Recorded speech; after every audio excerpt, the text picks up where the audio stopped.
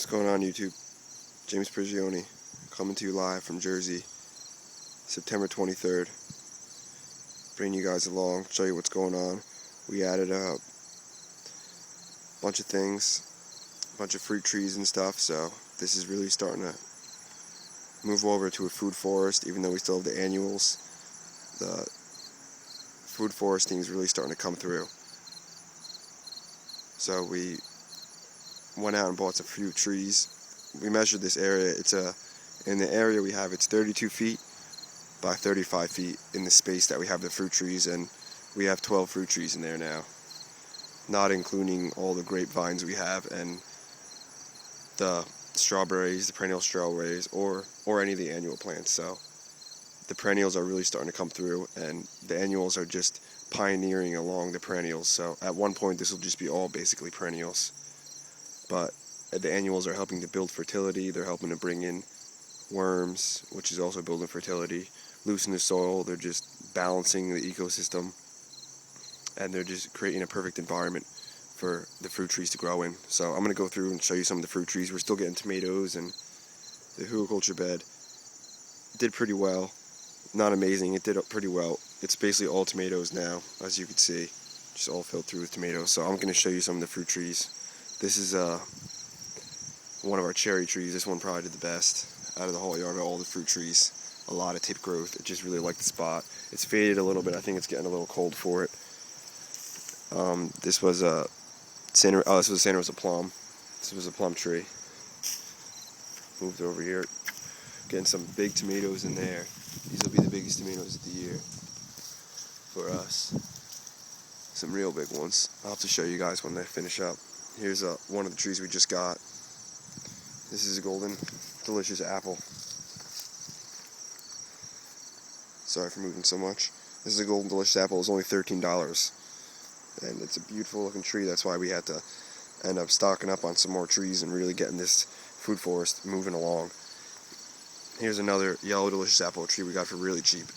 It's still just putting out its little tip growth. It's alive, it's just not doing real well because we got that one for real cheap. Over there is a Bella Georgia peach that's growing well. Down here is all just carrots and stuff still. Have a grapevine behind us. 2 more grapevines behind us at the entrance. And then some beans we'll be saving. We have a lot of beans already, but those will all be great for seed. Most of those are ready. So those are the, I think, Kentucky garden long beans, because they've just done so well. Fig tree down here has done real well. We had a couple figs this year, and they were actually good. The black mission fig, it's called. So that one's done well. This is the 5 grafted apple tree that you guys have seen before. A lot of bees out today, actually, which is nice. Bunch of tomatoes. Getting some tomatoes under here. I know some people were asking how the tomatoes would do in the strawberry patch, and they didn't do that great, to be honest. They did better other places, but we still get tomatoes out of them. There's still some cherry tomatoes and stuff coming. More growing. So we're still getting some production, but not an ideal production. You can see some places where we just let radish go to seed and then just kind of bent the seed over, and now we just got more radishes growing. So that's doing well. This is the 5 grafted I was talking about. Here's a different kind of peach. This is I think a junior hail, I think it's called. Yeah, JH Hale, Hale Peach, JH Hale Peach. So that tree was only $13 too. Here's another apple tree over here. Some watermelons growing down there. This one was also only $12 or $13. I think this is another golden delicious. We got a bunch of golden delicious because those are our favorite kind, and those are the ones that look the best. Yeah, golden delicious. Some of the apple trees we did wood chips underneath, like this one. We did wood chips under, and then some of the other ones we planted polycultures under of different kinds of seeds. And I'll show you when I go over there, maybe one of those. But those polycultures basically consist of deep-rooted plants like radishes and carrots, and then mixed flowers. So the deep-rooted plants are to go down deep and loosen up the soil for the fruit tree, and also to go deep and put that deep tap root in the ground, so when it gets really hot out and they need water, the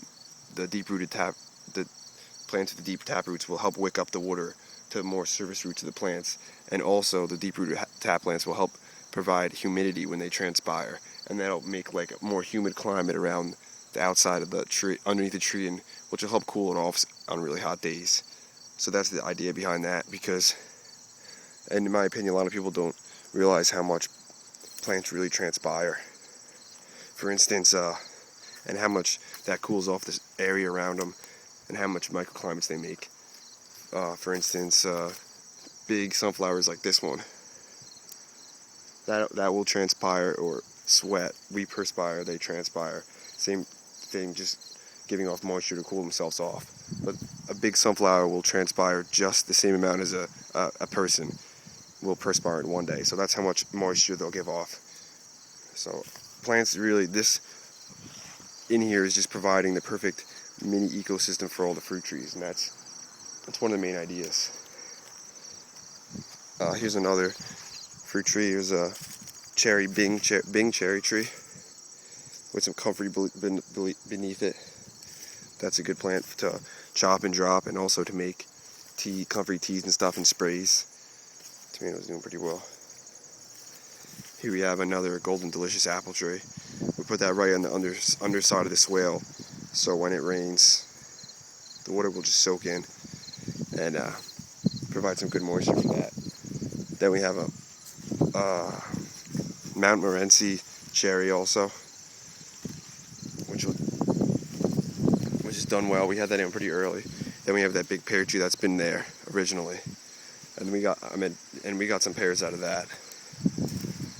Still getting pumpkins and such, and poppy's really done well over here. I'm gonna be planting more poppy. This is one of my favorite plants. I love the color of the flowers, and I love how it's a perennial like that. It makes it easy, and it's beautiful. So I just wanted to bring you guys along, show you how our food forest is moving along, and kind of what steps we're taking and making to try to help the food forest move along quicker, but also have a balanced system while it happens. So not just come and to put 20 trees in and throw wood chips down. We want to make interactions, and we're getting yields out of this area while we're waiting for our fruit trees to come through. We're getting annual yields. We're getting fruit, vegetables, all different kinds of things. We planted just so many carrots, and we have so many through here. I'll pick one out for you guys to see, but I mean, throughout the whole garden, this is the one thing we planted more than anything was carrots, because we all like to eat them. My dog loves them. He's always back here digging up carrots, eating them. So we all like to eat them, and you can never have just too many of them. Here's looks like a decent one. And they grew pretty well back here. I believe these are the centenary carrots. You can kind of tell by the shape. And they're good. These are the centenary or the scarlet nantes, because I think it's the scarlet nantes. We planted a lot of those. So we'll be having these all year as it goes into the cold, and then any ones we don't eat we'll let go to seed. So we plant a lot of the carrots because they're self-storing in the ground, which is just great. They're deep tap-rooted plants. They're edible, so they're multifunctional, and that's one of the big things that we try to do with this garden. Get things that are multifunctional, or this orchard, or food forest, whatever you want to call it. But in my opinion, this is really starting to move towards a food forest, because we should really start getting some fruit yields from a few things in a couple of years. So thanks for tuning in, guys. James Prigioni's out.